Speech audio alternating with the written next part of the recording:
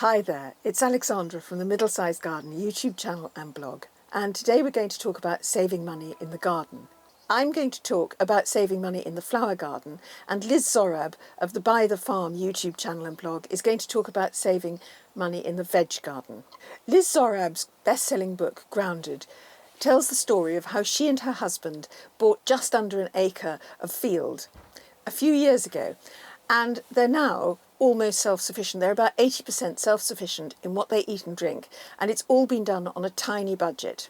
And Grounded is a really good story. It's enjoyable to read. She had considerable health problems, so it's about gardening through adversity and also how you can really change your life through gardening. But it's got lots of helpful advice and tips on how gardening fits into your life.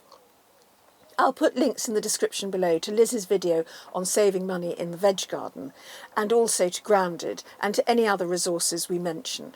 If you're new here, the Middlesized Garden uploads weekly with tips, ideas and inspiration for your garden. And if you want to see the videos when you open up YouTube, click the subscribe button. It's absolutely free. And if you want YouTube to tell you when new videos are uploaded, then tap the notifications bell.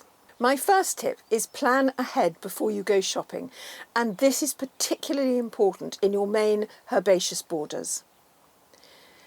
If you go to the garden centre and you take a trolley round and you just fall in love with anything that's in flower at the moment, you'll come back, you'll spend hundreds of pounds or dollars, and you'll come back and you'll fill up your border, and in 4 weeks' time the border will be over and you'll have to do it all over again. It can literally make your flower budget treble in a year. In the video How to Plan a Border, which I'll put in the description below, this is one of the pieces of advice given, is make a shopping list before you go out. Work out roughly how many plants you need, and also not just when they're going to flower. Make sure they're flowering at different times so that you get different colour opportunities. And also don't forget the foliage. Because if you can plan for foliage, flower and space, and then write an approximate list down, then that really will save you so much money. My next tip is grow from seed.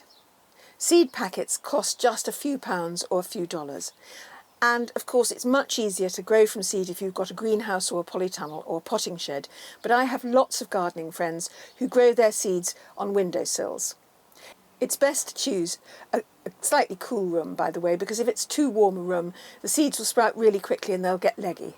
When you're growing from seed from the flower garden, I'd recommend going for colour and drama. You might buy a colour, an unusual colour of an easy to grow flower like antirrhinums or cosmos. Use them to create drama in the garden and to fill gaps, so you only might have to buy perhaps 1 or even 2 packets of seeds. And of course you can share with a friend. If you do 2 packets of seeds and she does 2 packets of seeds, you've got 4 different kinds of flowers. It's a good idea, I think, to join a gardening club, because then you can have seed swaps and plant swaps, and that's a really good way of saving money on plants. And one of the best plants that you can grow from seed are self-seeders. Self-seeders are plants that literally you plant them in your garden and the following year they'll pop up again and again. They're annuals, they only live for a year, but they cast their seed in your borders, and if you don't weed them out, and I have to say that people who are really good weeders don't tend to get many self-seeding plants. But if you're a little bit of a lazy weeder like I am, then you do get wonderful self-seeding plants, and of course they're absolutely free. But start off by growing them in seed trays or modules and then plant the plants out and then let them self-seed from there. Although in theory your scattering seeds into a border should be much the same as a plant scattering its own seeds into a border, I just find it never really works out that way. There's a video in the description below about my favourite self-seeding plants. I've got 25 self-seeders in this garden. Another good way of saving money on herbaceous border plants is to plant perennials rather than bedding plants. Perennials are the plants that stay in the border for year after year, and if you choose perennials that spread, then you really will have a sort of steady supply of plants for extra borders in your garden or to give away to friends or to swap. Perennials that I grow that spread easily are Japanese anemones, daylilies, crocosmia, and the evergreen perennial spurges such as Euphorbia wolfenii. Now, some of these can finish up being a bit invasive, and the line between a perennial that spreads and a really invasive one is a rather tricky one. It rather depends on how you garden and where you garden. So you may find that sometimes they rather take over. I do find Japanese anemones can rather take over. So there's a warning there as well as a tip. It's also much cheaper to buy bare root plants, like bare root roses.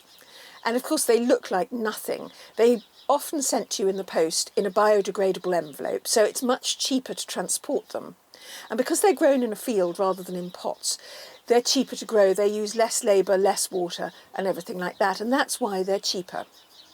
These are bare root roses from David Austin, for example, and they look like nothing, but they'll be just as beautiful in the summer once they're planted in your garden. The only problem with bare root plants is that you can only plant them between approximately early autumn and early spring. So you do have to be quite seasonal about when you buy or plant them.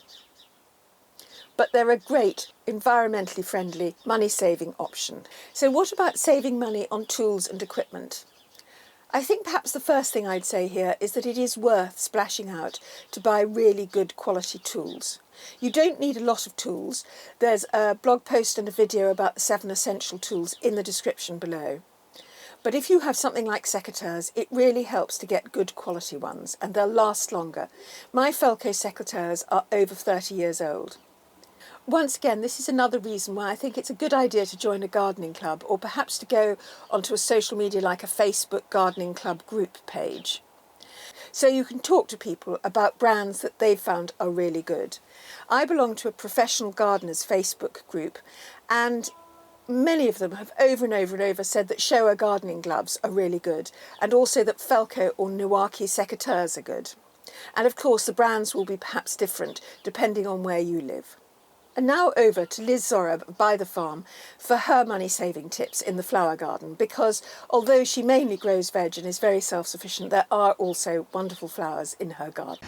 In the flower beds, I really like to stake plants that have got quite heavy blooms, things like peonies and also things like lupins.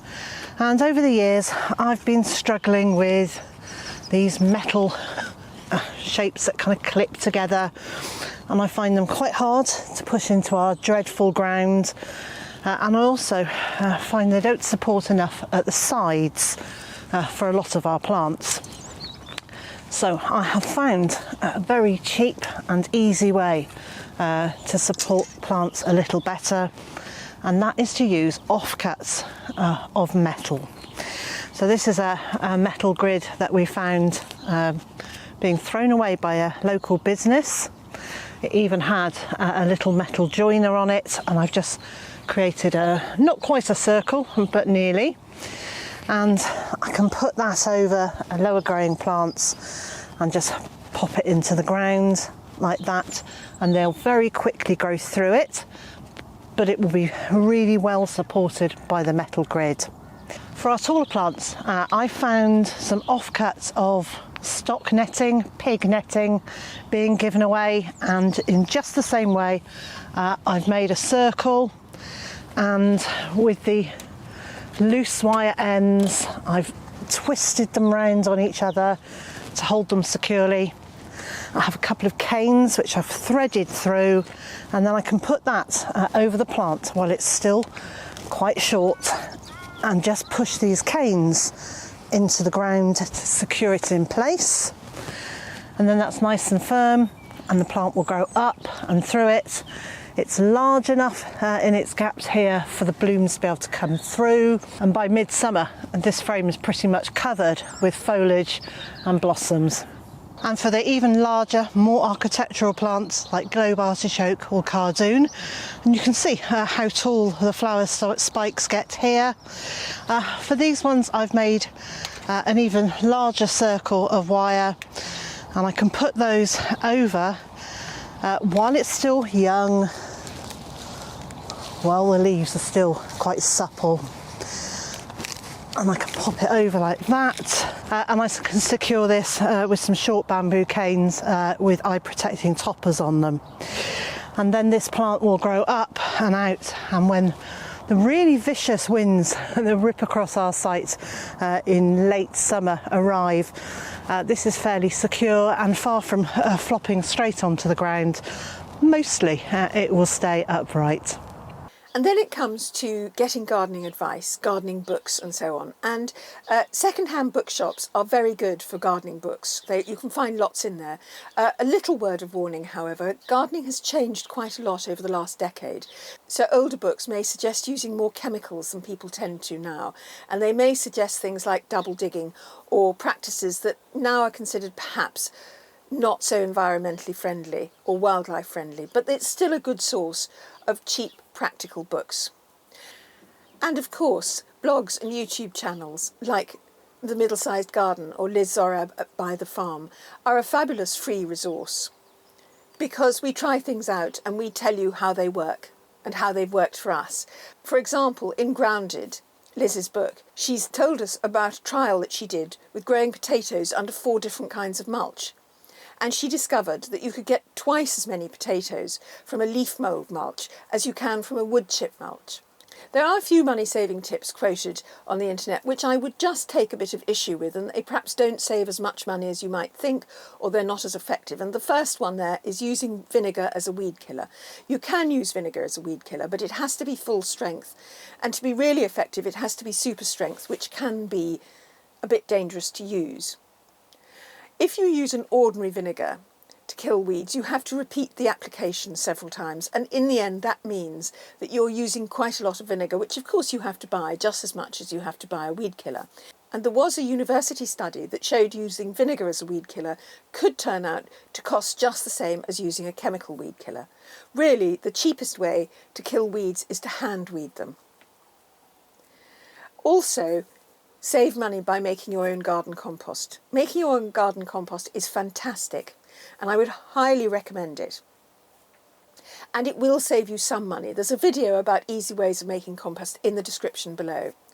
But I worked out that making my own garden compost saved me about £100 a year, which is good, but I still had to spend about twice that on buying garden manure or mushroom compost to make sure that my soil really did have all the nutrition it needs. Much the same goes for water butts.